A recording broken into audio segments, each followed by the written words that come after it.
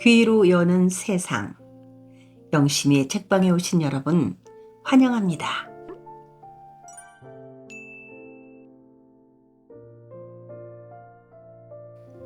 지금 우리는 문순태 작가님의 도리화가 제 10편을 함께하고 있습니다.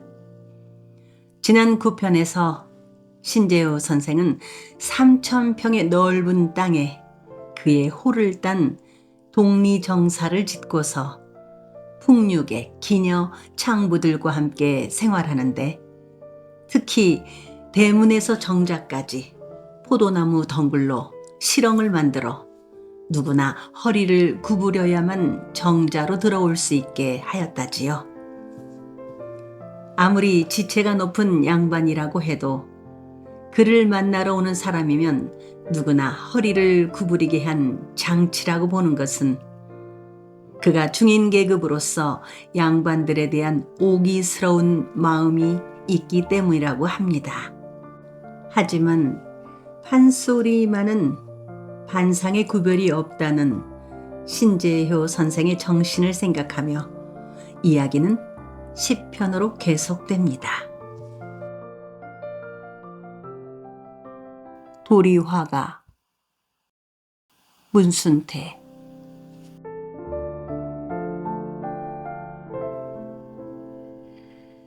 금선이 자네가 이런 주막에 묻혀 살다니. 금선이와 마주 앉은 신재효는 어찌된 일인지 마음이 아팠다. 금선이가 이렇게 된 것이 자기 탓인 듯 싶기만 하였다. 뭐 어차피 천하게 생겨난 이 몸, 기생청에 붙어 살면 어떻고 상간 주막에 의지하고 살면 어떻습니까요? 이나저나 마찬가지 아닌감요. 그저 아무 데서나 사는 날까지 살다가 땅에 묻히면 그만이지요.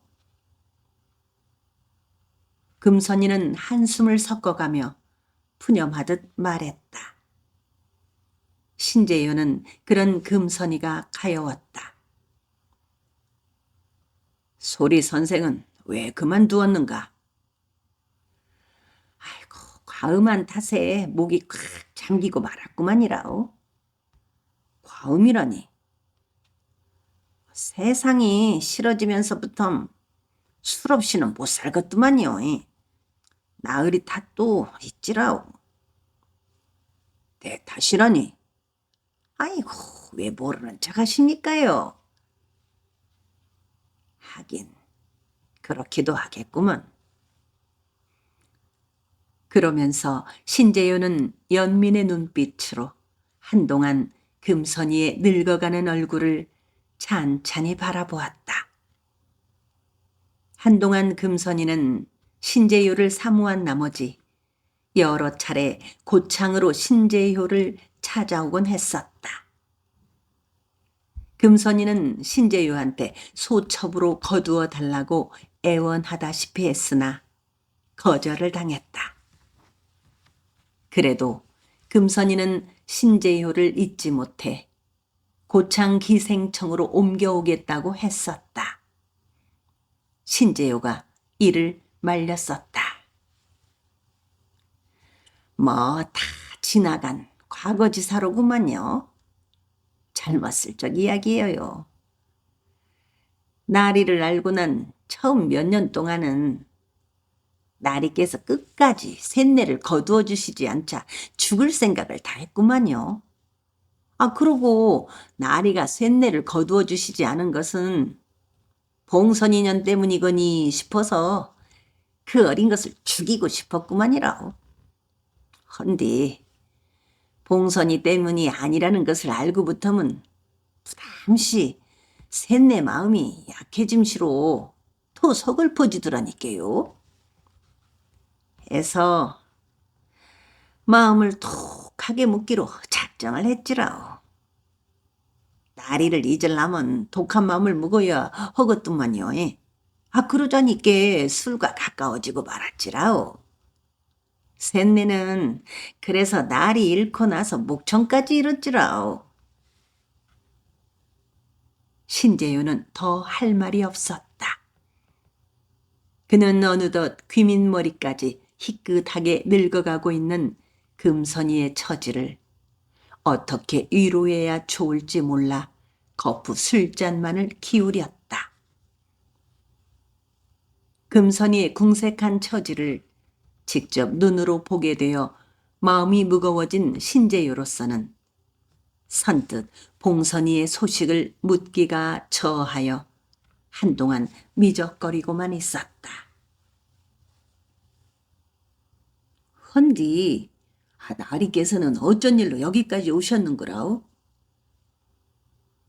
한참 동안 신세 타령을 늘어놓고 나서는 금선이는 약간 겸연쩍은 얼굴을 하고 물었다. 만나볼 사람이 있어 조산에 왔다가 자네 소식을 물었더니 여기에 주막을 냈다기에 얼굴이나 한번 볼까 해서. 신재효는 말끝을 흐렸다. 산간 주막에 처박혀 살면서도 나리 소식은 풍편에 종종 듣고 있구만이라오.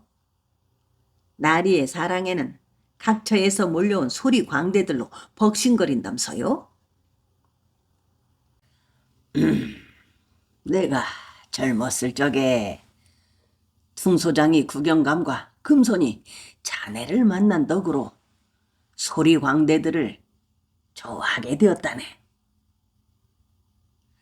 아이고, 나리께서 소리를 배워 독공을 하셨더라면 필시 득음을 하여 명창이 되고도 남았을 것이로구만요.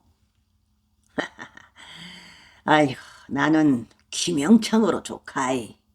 그러고 보니 금선이 자네를 만난 지도 20성상이 넘었네 그려. 참으로 세월이 빠르구만. 세월이 휘무리 가락만큼이나 휙 지나갔구만요. 금선이 자네를 해갑잔치 때 처음 만난 것이 엊그제만 같은데 좋은 시절 다 갔구만이라오. 이제는 무엇을 바라고 사는지 모르겠네요. 어이구, 무슨 소린가. 아직 살아갈 날이 많은데. 샘내는 나리를 사모하다 청춘을 다 보내고 말았지라. 나도 자네를 처음 만났던 그 시절을 잊을 수가 없다네. 그 몇 년 동안에 세상을 다 알아버렸던 것만 같아.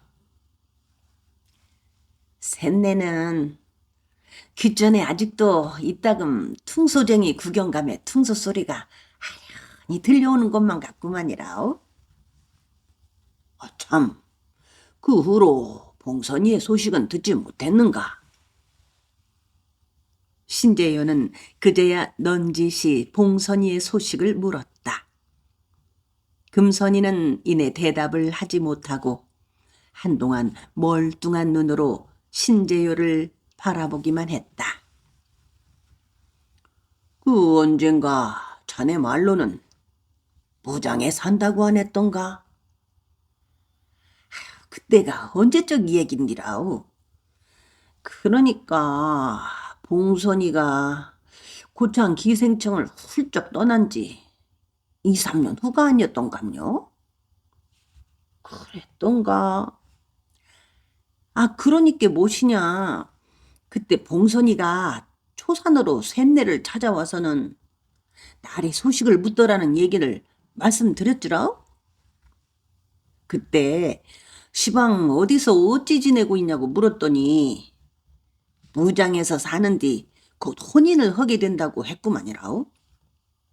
정혼자가 누구냐고 물어도 입을 열지 않다가는 하룻밤을 샘내한테서 묵고 떠날 적에야 신랑감이 단골네 아들로 무장에서 농사를 짓는다고 하대요. 그 후로는 소식을 모르는가? 에휴, 죽었구만이라오. 금선이는 신재요의 눈빛을 피하여 잠긴 목소리로 말했다. 죽다니. 봉선이가 죽었단 말인가? 오래전 일이구만이라고. 셋내가 초산에 있을 적에 기생청 참모가 무당 사람이었는데 추석 때 친정에 갔다가서는 그럽디다. 단골네 아들한테 시집간 봉선이가 목을 메어 죽었다고. 그 아이가 죽다니. 봉선이가 죽다니. 신재효는 깊은 탄식과 함께 잠시 눈을 감았다가 떴다. 그리고 전날 밤 꿈에 보았던 봉선이의 모습을 다시 떠올려 보았다.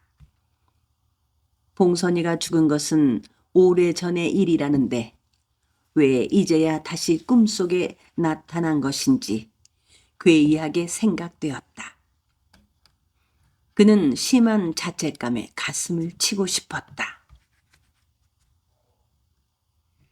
아이고, 봉선이가 그리 된 것은 날이 다 또 있구만이라오. 금선이가 신재유의 눈치를 살피며 조심스럽게 입을 열었다. 내 탓이라고? 그렇고 말거라오. 봉선이는 이 세상에서 오로지 나리만을 믿고 의지하며 살고 싶었는데 버림을 받고 말았으니. 버림을 받다니 누가 누구를 버렸다는 겐가? 버림받는 것보다 마음을 몰라주고 무시당한 것이 더 고통스럽다는 것을 아시는감요? 허나 봉선이는 나이가 어리지 않았는가? 그런 어린 아이를 낸들 어쩔 수 있었겠는가? 나이가 어릴수록 무시해서는 안 되지라오. 나이가 어린 아이가 어른한테 무시를 당하면 평생 잊지 못하는구만이라오.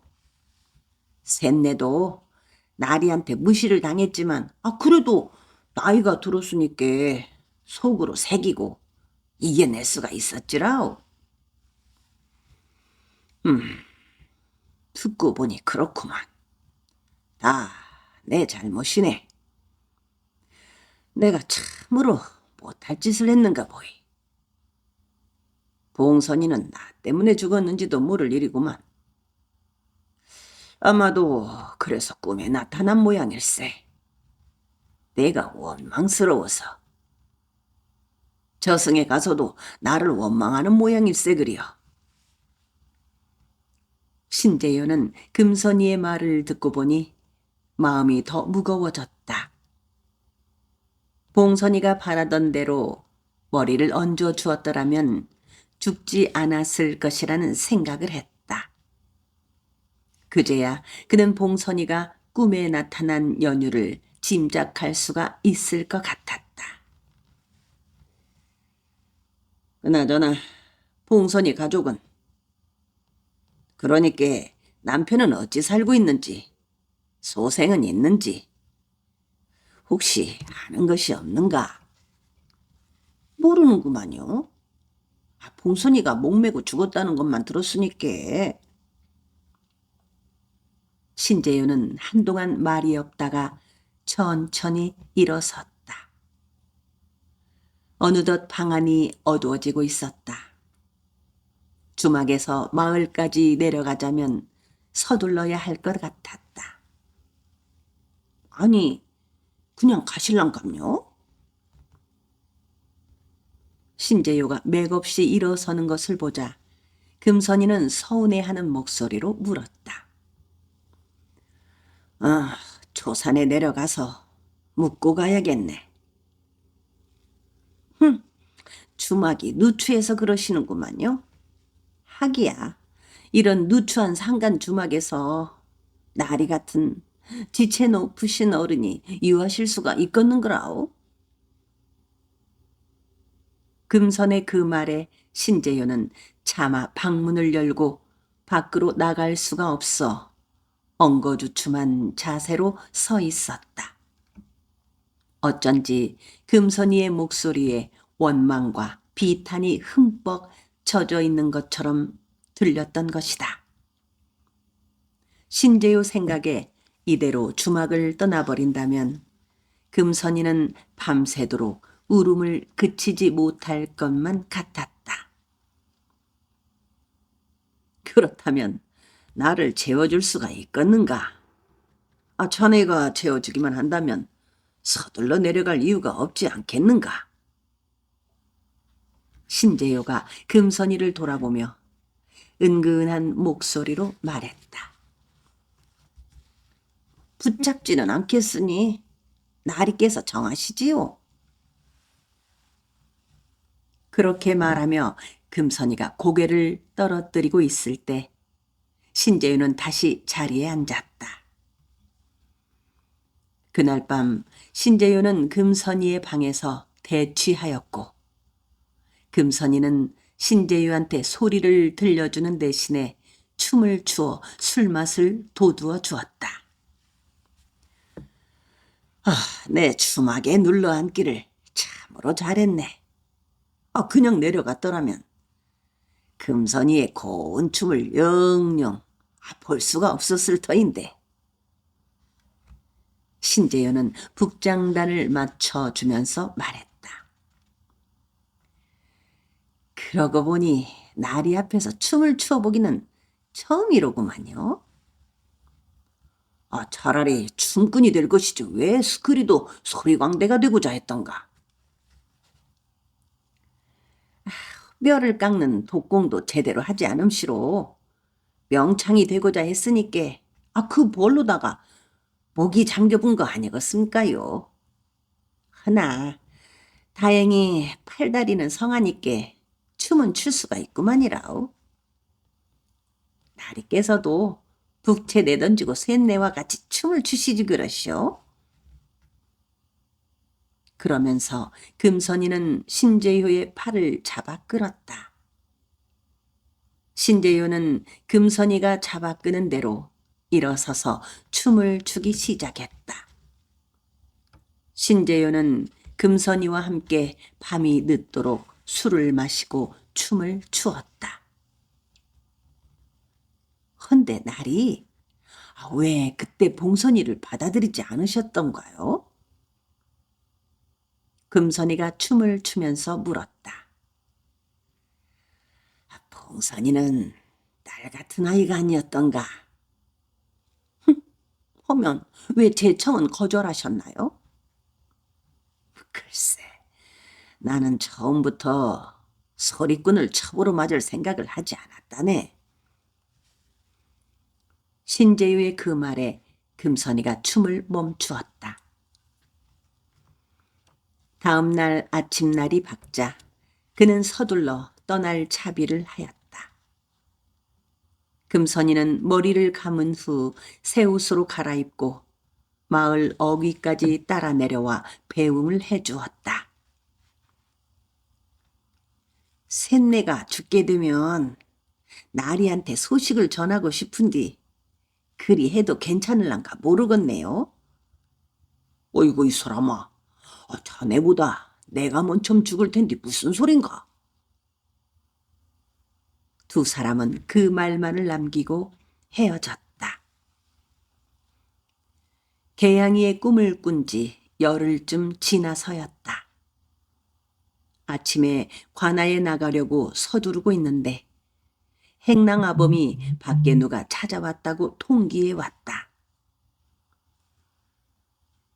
퇴청할 때까지 사랑해서 기다리게 하게.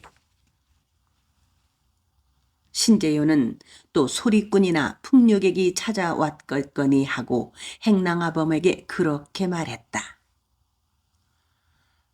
웬 처자가 어저께부터 어르신을 뵙고자 하는구만요. 처자라고? 어저께 찾아왔었는데 어르신네가 밤늦게 돌아오신 바람에. 시방 어디 있는가? 대문 밖에 있습니다요. 그렇다면 들어오도록 하게. 신재효는 행랑아범에게 말하고 섬돌 아래로 내려섰다. 무르익은 봄날의 아침 햇살이 어느덧 행랑 뒷곁의 오동나무 잎에 화사하게 꽂혀 내리고 있었다. 신재윤은 발을 꿰고 햇살에 반짝이는 오동나무 잎을 쳐다보며 그를 찾아왔다는 처자가 대문 안으로 들어서기를 기다렸다. 이윽고 대문 안으로 늙고 허약한 행랑아범의 뒤를 따라 연두저고리에 다홍치마로 곱게 치장한 처자가 고개를 깊숙하게 숙인 채 천천히 들어서고 있었다. 신채연은 무엇에 홀린 듯 한동안 넋을 잃고 아담한 키에 벚꽃처럼 희고 고운 처자의 얼굴을 바라보았다. 어디선가 익히 보았던 것처럼 결코 낯설지 않게 느껴졌다. 아, 그렇구나. 노기홍상 차림의 저 처자는 바로 신재요가 며칠 전에 꿈에서 보았던 봉선의 모습이 아닌가. 신재요는 처자를 보고 너무 놀라 한동안 할 말조차 잊은 채 넋을 잃고 우두커니 서 있기만 하였다. 햇살 때문인지 눈앞이 흐려지면서 잠시 다리가 휘청했다. 소녀의 성은 늘어설 진에 이름은 채색채, 신선선, 진채선이라 하옵니다요. 처자는 섬돌 아래 서 있는 신재요 앞으로 조심스럽게 다가와서는 정중하게 허리를 굽히며 이름을 말하였다. 그때까지도 신재요는 꿈에 나타난 봉선의 모습을 떠올리며 넋을 잃다시피 하고 있었다. 진채선, 진채선이라. 어르신한테 지침을 받고자 찾아왔습니다요. 그래, 생각해보니 얼마 전에 기생청 행수 기생한테서 내 이야기를 들은 것도 같구나. 신재현은 그렇게 말하고 정신을 가다듬어 다시 한번 진채선의 용모와 몸매를 자세하게 하나하나 되작거리듯 뜯어보았다. 꿈에 나타났던 봉선이보다 얼굴이 더 해맑고 고와 보였다. 신재효는 기생청 행수 기생으로부터 군계 일학의 미세계, 목청이 출중한 동기가 있으니 시험 삼아 구경을 하라는 이야기를 듣고 있었다. 처음 본 진채선은 비록 나이는 어렸으나 갸름한 얼굴에 이목구비가 뚜렷했고 눈이 시원스러웠으며 콧대가 실하고 피부가 맑았다. 적당한 키에 몸피가 야리야리하게 가냘픈 데다가 흰 목이 길어 귀티가 차르르 흘렀다. 그래, 집이 어디냐? 기생청에 들어오기 전에는 무장에 살았습니다요. 무장? 무장이라고 했느냐? 예. 내 아비가 누구이냐? 신재효가 다소 놀라는 목소리로 물었다. 대답을 하는 처자의 목소리가 탱글탱글했다. 그는 대답하는 목소리만 들어도 득음을 할 수 있는 목을 타고났는지 아닌지를 알아낼 수가 있었다. 무장에서 농사를 짓고 사셨사옵니다. 무장에서 농사를 하면 너의 어미가 소리광대더냐? 신재효는 계양이를 떠올리며 물었다. 제 어미가 소리를 잘했다는 이야기는 들었습죠. 그래, 하면 내 어미는 어디 사느냐? 소녀의 어미는 10수년 전에 세상을 떴습니다요. 봉선을 그대로 닮은 채선이라는 동기의 그 말에 신재유는 잠시 기력이 혼몽해져 하마터면 쓰러질 뻔했다. 그래, 기생청에 가 있거라. 내 짬을 내어 한번 찾아가 보마. 신재유는 동기를 돌려보내고 나서 행남화범을 시켜 냉수 한 사발을 떠오게 하여 단숨에 벌컥벌컥 마셨다. 그는 한참을 마루에 앉아 있다가 한껏 무거워진 발걸음으로 관아에 나갔다. 그리고 해가 떨어지기에 바쁘게 서둘러 기생청으로 발길을 재촉했다. 아이고, 동기로 들어온 지 반년이 겨우 넘었는데 어찌나 총명한지 부, 장고, 가야금을 모두 다룰 줄 알고 노래도 2번 가르칠 필요 없이 잘 부릅니다요. 행수기생이 진채선에 대한 칭찬을 아끼지 않았다. 그러면서 행수기생은 진채선에게 춘향가 중에서 춘향이와 이도령이 이별하는 대목을 한번 불러보라고 하여 북채를 잡았다. 진채선은 부끄럼 없이 중머리로 소리를 뽑았다. 이것이 웬일이요? 내 몰랐소. 내 몰랐소. 대장부 행사가 다 그러하오. 일장표서 맺은 적에 100년 해로 하잤더니 만난 지가 언제이기에 100년이 다 되었단 말이오. 표서가 여기 있으니 먹도 아직 안 말랐소. 사또 승소하였으니 우리의 큰 경사요. 부부 이별할 터이니 큰일이라. 서로 웃고 치아하고 서로 잡고 앉을 텐데 해가 지고 날이 새도 좌초소리 고사하고 이렇단 말이 없으니 이것이 대장부의 행실이요. 신재요가 듣자니 진채선은 목청이 고운데다 성량 또한 풍부하였다. 신재요는 기생청 동기 진채선의 소리를 듣는 순간 문득 자신이 20여 년 전으로 돌아가서 봉선이를 앞에 앉혀두고 노래를 듣고 있는 것 같은 착각에 사로잡혔다. 진채선의 목청이 봉선이와 너무도 닮은 것에 놀랐다. 용모며 목청이 봉선이와 비슷한 진채선을 마주보고 앉아있던 신재현은 자신이 꿈을 꾸고 있는 것이 아닐까 하고 생각했다. 다음 날부터 신재현은 성심으로 진채선에게 직접 소리를 가르쳤다.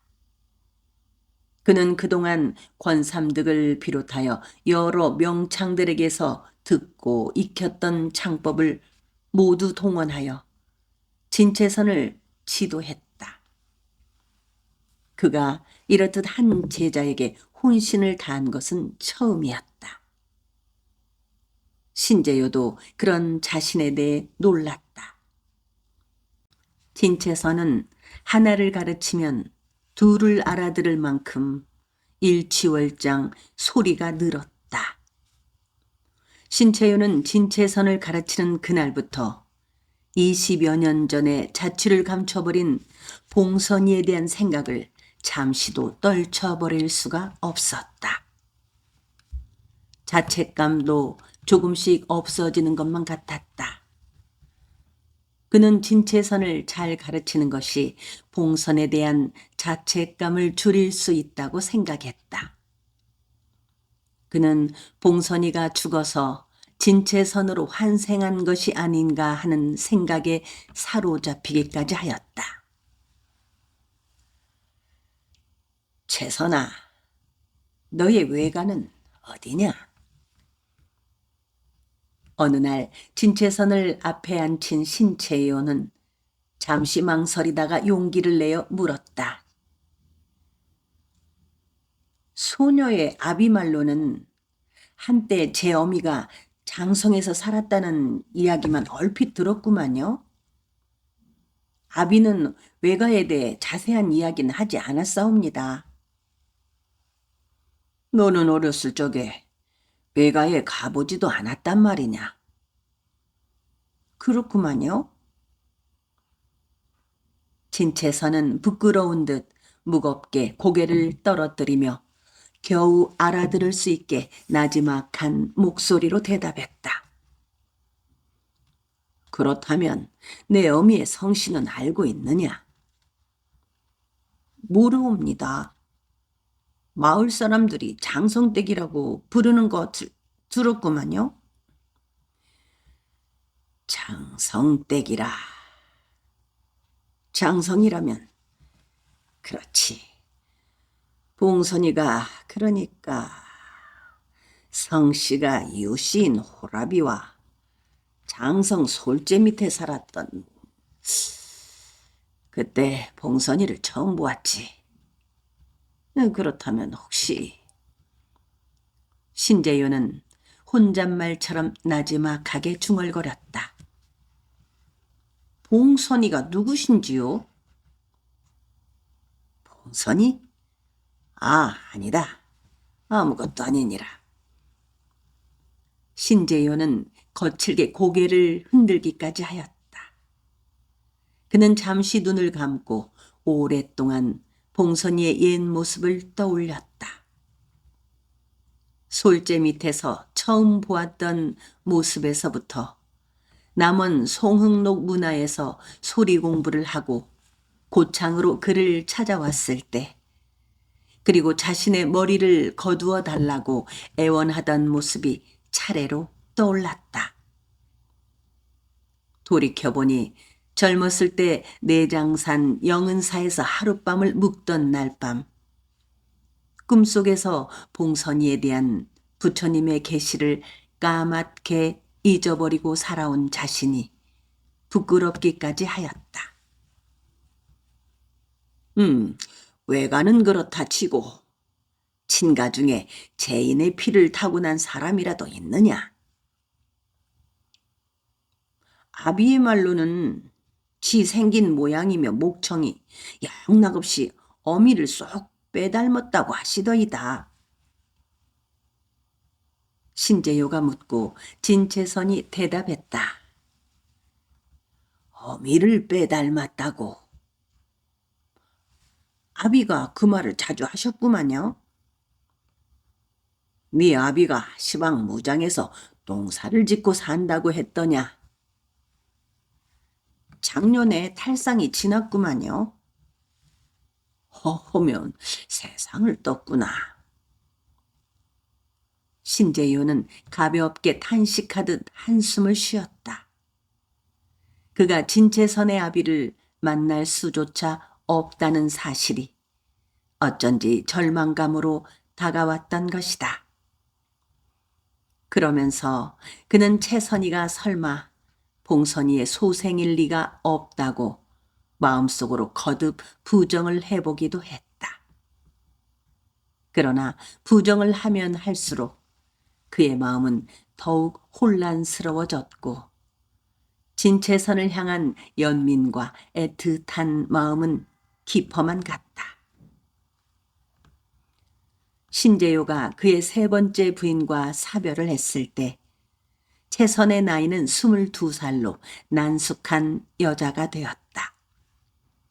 그만하면 소리꾼으로 대갓집 잔치에 나가도 손색이 없을 만큼 득음의 경지에 이르렀다.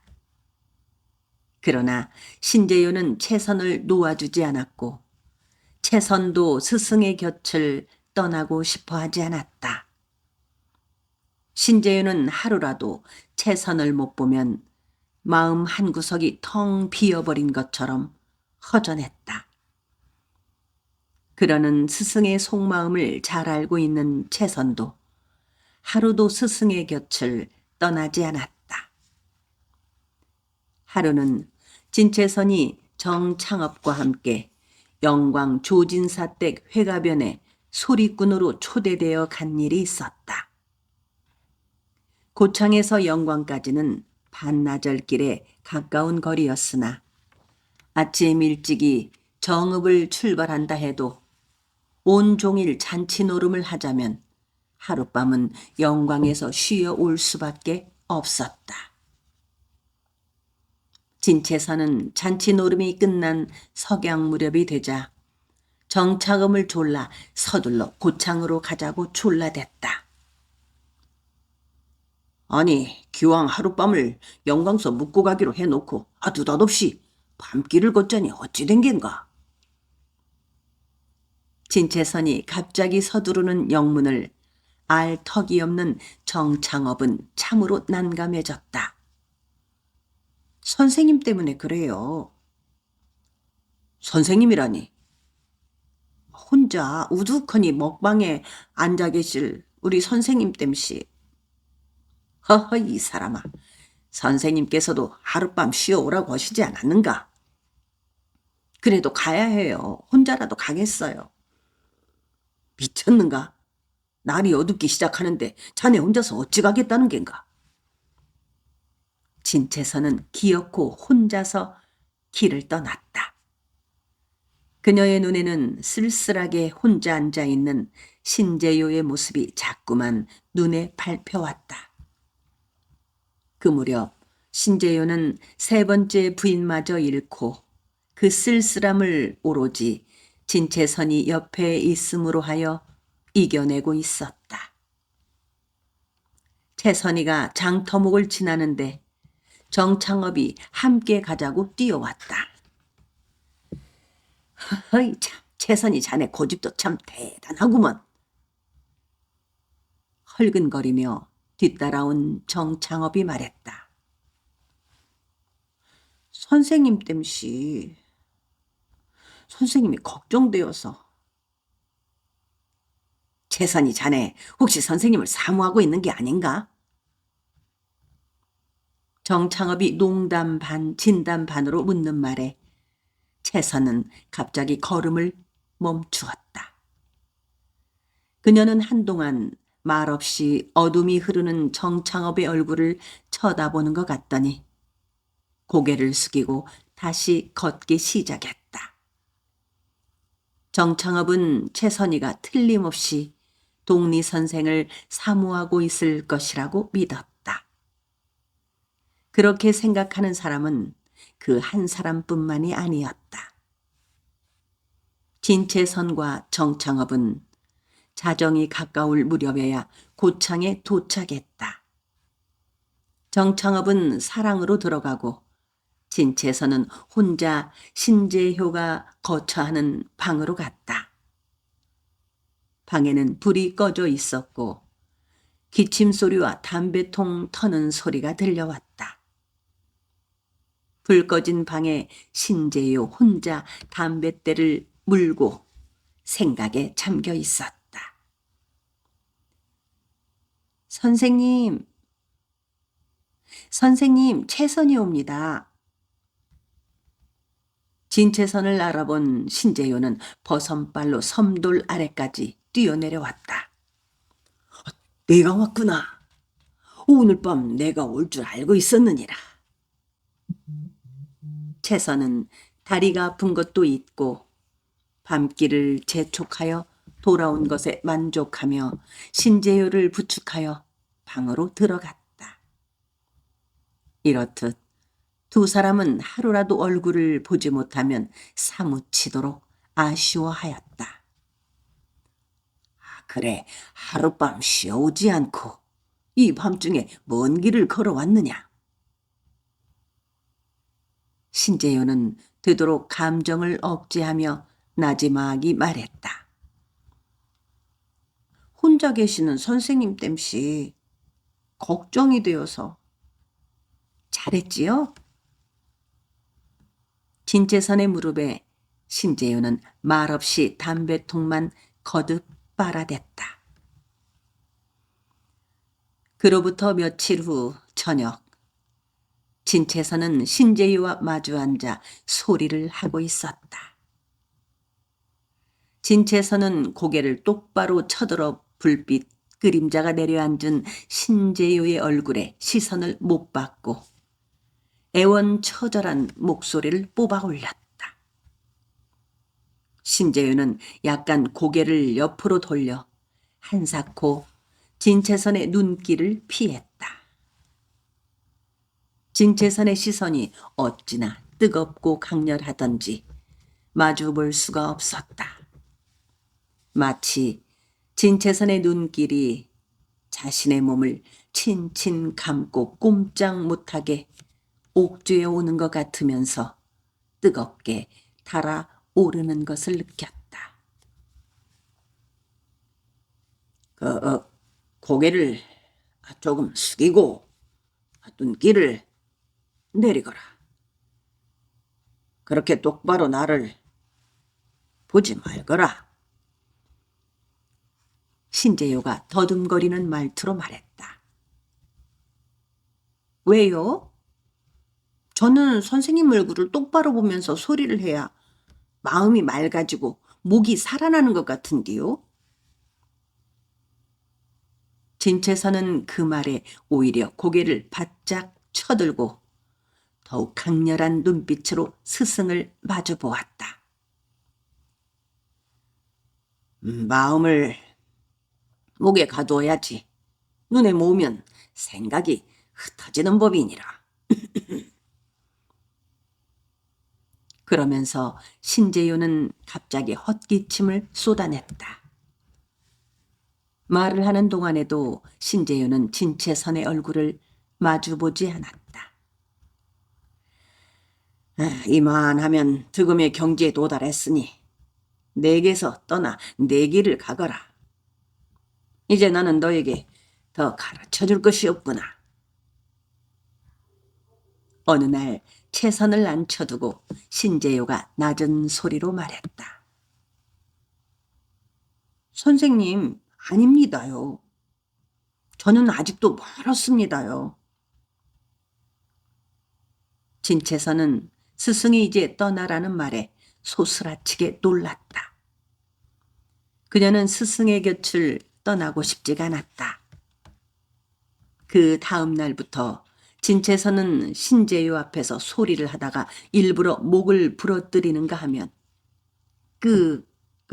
생목소리를 내고 사설을 잇고 쩔쩔매는 신용을 하기도 하였다. 신재유는 채선이가 일부러 하는 짓이라는 것을 알고 마음속으로 빙긋이 웃음을 삼켰다. 다른 때 같았으면 눈에서 불통을 튀길 것 같은 불효령이 떨어졌을 터인데 한마디도 나무라지 않았다. 진채선은 그런 신재유의 마음을 꿰뚫어 보고 있었다. 신재유가 진채선에게 이제 더 가르칠 것이 없으니 독리정사를 떠나라는 말을 한 후부터 진채선은 자주 사설을 잇고 버벅대기 일쑤였다. 어찌하여 소리를 주저앉히느냐. 이러다가는 바탕소리부터 다시 배워야겠구나. 신재유가 이렇게 채선을 나무라면 채선은 한껏 고개를 깊숙이 숙였다. 선생님은 이러는 제게 어찌 득음의 경지에 이르렀다고 하십니까? 아직 당당 멀었습니다요. 진채선의 마음은 오래도록 스승의 옆에 있고 싶을 뿐이었다. 그로부터 며칠이 흘렀다. 불을 끄거라. 북으로 장단을 맞추며 진채선의 소리를 듣던 신재효가 눈을 지그시 감더니 갑자기 불을 끄라고 큰 소리를 재촉했다. 불을 끄다니요? 왜요?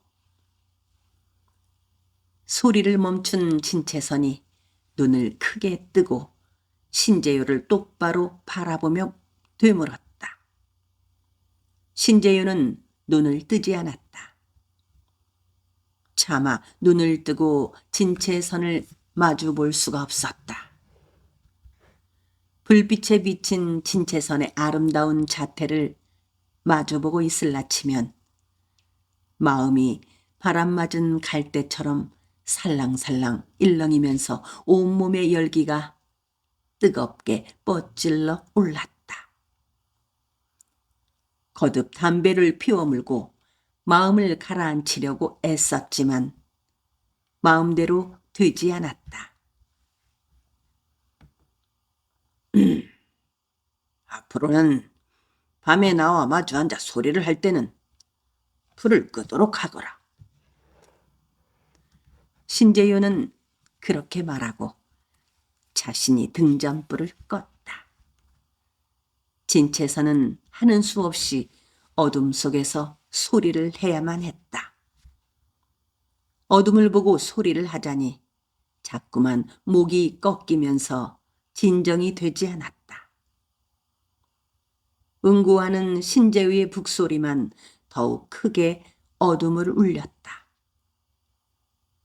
진채선이 도중에 소리를 멈추고 불을 켜겠다고 했으나 신재유가 버럭 화까지 내면서 허락하지 않았다. 그날 이후부터 신재유가 채선을 가르칠 때에는 방에 불을 끄고 멀찍이 떨어져 앉아서 소리를 하라고 이르고 응고를 했다. 신재유가 밤이면 방에 불을 끄고 채선을 가르치게 되자 제자들 사이에 쑥덕공론이 일었다. 그 무렵 독리정사에는 남자 소리 광대들뿐만 아니라 수많은 젊은 기녀들이 소리를 배우기 위해 출입하였다. 그들은 늘 서로 시세움을 하면서 신재유를 둘러싸고 있었기 때문에 신재유와 진채선의 사이를 이상하게 생각하고 야릇한 소문까지 만들어냈다. 그들은 두 사람의 관계가 사제지간의 정을 넘어선 것으로 생각했다. 그날도 채선은 날이 어두워지자 독리정사 신재유의 방문 앞에서 머뭇거리고 있었다. 채선은 방에서 스승의 기침 소리가 들려오자 토마루로 올라섰다. 선생님, 채선이옵니다. 독리정사 사람들은 신재유를 이방날이니 이방 어르신이라고 불렀으나 채선만은 꼭 선생님이라고 하였다. 신재유가 그렇게 불러주기를 원했기 때문이다. 어서 들어오지 않고 무엇을 꾸물거리고 있는 게냐? 신재유의 언성은 아쟁소리처럼 날카롭고 꼬장꼬장했다. 그 즈음에 신재유가 채선을 대하는 태도가 전에 없이 냉랭해진 것만 같아 그녀는 스승 앞에 나서기가 두렵기까지 했다. 그날도 신재유는 깜깜한 방에 앉아서 채선을 기다리고 있었다. 오늘은 등잔에 불을 밝히겠습니다. 안 된다. 선생님은 지가 그렇게도 뵈기 싫은가요? 그렇구나. 참말로 지가 뵈기 싫어서 불을 끄신 겁니까요? 그렇다니까. 그래도 쥐는 선생님 얼굴을 마주보면서 소리를 하고 싶구만요. 소리는 입으로 하는 거지 눈으로 한다더냐. 그래요. 쥐는 눈과 귀로 소리를 하는구만요. 헛소리 말고 낸 그만 자서 오늘은 기생점구하는 대목을 한번 해보거라. 그러면서 신재유는 북채를 들고 덩그덩 하고 소리를 냈다. 그런데